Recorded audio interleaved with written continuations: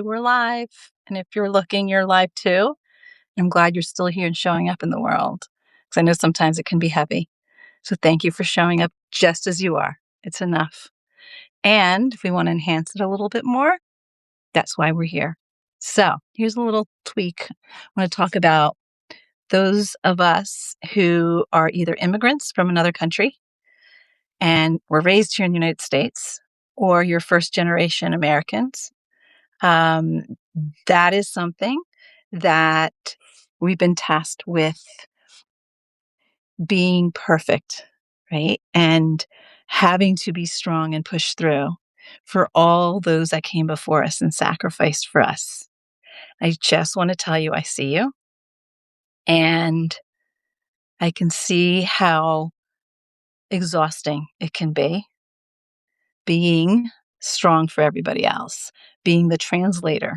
A lot of you, even at a younger age, it's a lot for a child to carry. And as such, many of you maybe have lost some parts of what it means to be a child because you're valued for your producing, you're valued for your doing, you're valued for being needed. And I want to make sure that you know and you can feel that you are enough.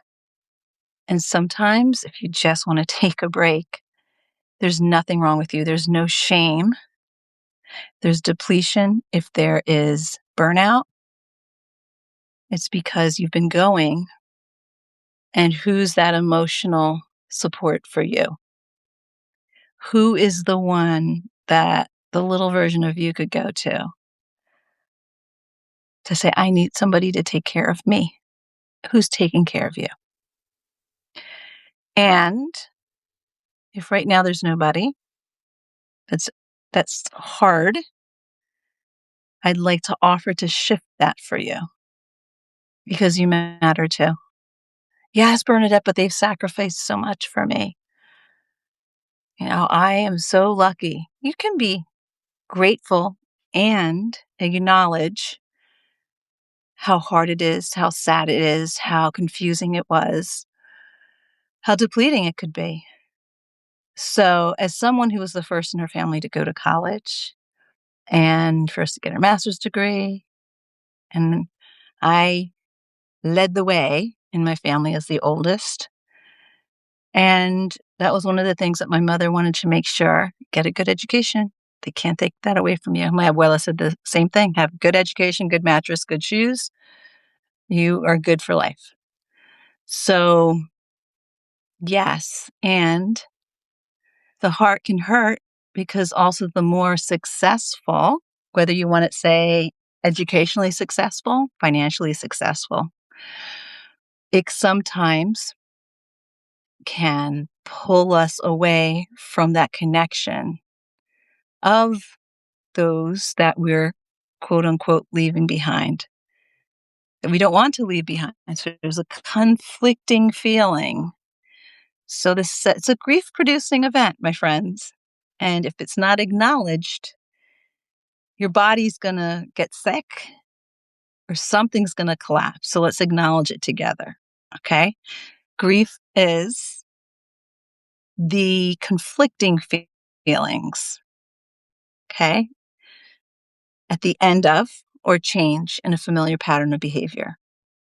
So if you have been the trailblazer, if you are one of the ones who, I'm just going to talk about college. Let's just talk about college from now. And maybe your parents didn't go to college. Maybe they did there, but they didn't here, and you'd be the translator. Either way, if you are at an educational level that's different than your immigrant parents, or if they're still in your home country, your first country, that separation of losing the conversations, the kind of conversations you had before and how you have conversations now. And it's different. If you're feeling hurt and saddened by it and you don't know why, It's because that familiar pattern of behavior of what was there before has changed, right? And there is a grief and a sadness and a separation possibility of this change. Where there's change in your life or transition, and if you're one of those people that struggle with transition, it's that letting go of what was familiar. That doesn't matter if the pattern of behavior was healthy or not healthy, it's still a loss, a shift. So to not acknowledge it is to carry that rock, boulder, pebble, whatever it is, in that backpack. So take it out with me. Take a look at it. Hold it. Ooh, feel it.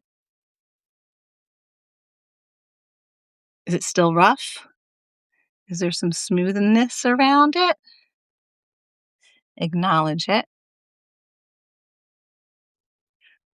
What do you need to say to that? What do you need to say to that change that happened?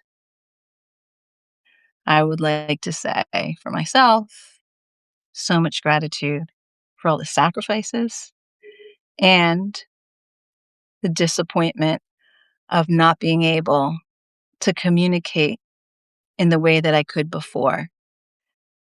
And how I wish I could have taken my mom with me and have her experience the education and the opportunities and the awareness that I have now.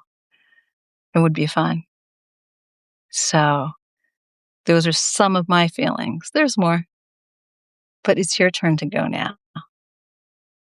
So, take it out of your backpack. Take a look at it. Is it small? A little pebble that annoys you? Like it's there, but you don't want to acknowledge it's like it's in your shoe. You ever get that happen? Like a pebble, and they're so small. Sometimes they're more annoying than like having a big rock in your shoe. It's rubbing. Is it one of those types of things that are there? You don't want to like acknowledge it. You don't want to take your shoe off because it's a whole thing. And then, or is it a boulder that's really heavy on your heart? Okay. Okay. Now, how does it feel? Is it rough on one side, smooth on the other? Is it rough all the way around? Has it smoothed itself and starting to get smaller? The more you name it, the more smooth it'll get, and maybe it'll just dissipate. Give yourself permission to name how you're feeling. I'm here and I'm listening.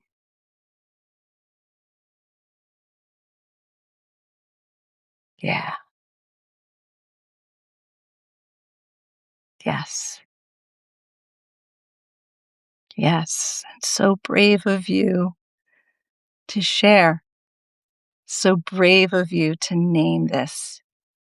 You are not a bad son or daughter or anything in between for naming these feelings. You are still enough and you're so worthy of being loved. You are not disrespecting your parents by saying how you feel. You are honoring yourself so that you can honor them even more. Yes. Intellectually, you know, and can appreciate their hardships. And it's your turn to acknowledge yours for you. So you can give that oof acknowledgement for yourself. So, hand on heart, it's time for a breath. That was the signal, right? Exhale. Any stagnant energy. And since we did the feeling part, we're going to go right into those breaths. First one is for you, because you need to go first. Nourish yourself so then you can nourish others. The second is for somewhere that there's some stagnant, stuck energy or tightness. For me right now, it's like in my abdomen. It's like a little bit of, there's some stagnancy there. My right side. Hmm, interesting. The third one is for someone who could use some calm and peace.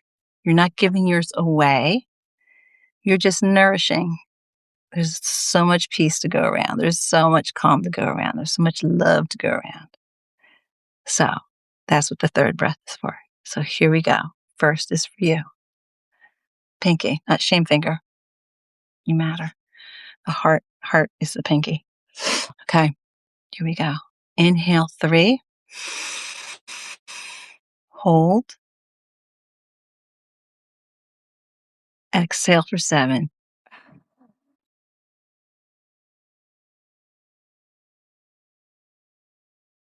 Second, for stagnancy or stuck or tightness and tension. Inhale to that area. Hold. Exhale.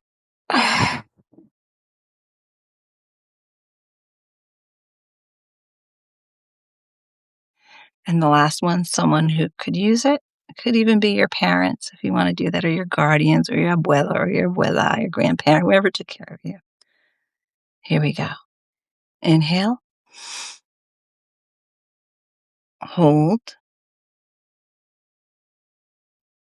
And send that love to them wherever they are.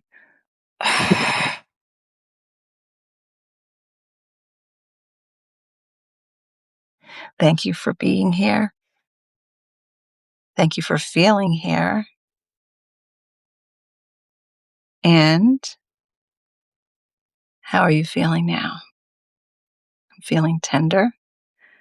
I'm feeling loved, and I'm feeling supported because you showed up. Now your turn.